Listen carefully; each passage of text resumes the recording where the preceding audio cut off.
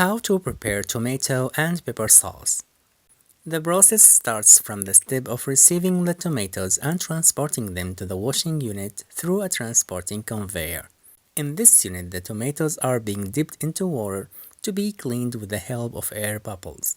Then they go through a manual transporting conveyor that is illuminated by overhead light, allows workers to see and sort the tomatoes. Then the clean tomatoes are transported to the squeezing stage to extract their juice.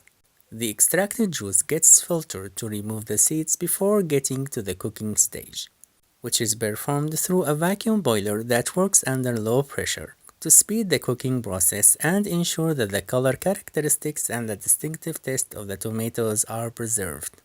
After all stages are done, the final product will be ready for the final stage, which is the filling stage, where the final product can be filled into different bottles depending on the request. Tomato sauce production and filling line from MAK is a fully automatic line. Some changes can be made to the line to make the production starts from the concentrated tomato paste instead of fresh tomatoes.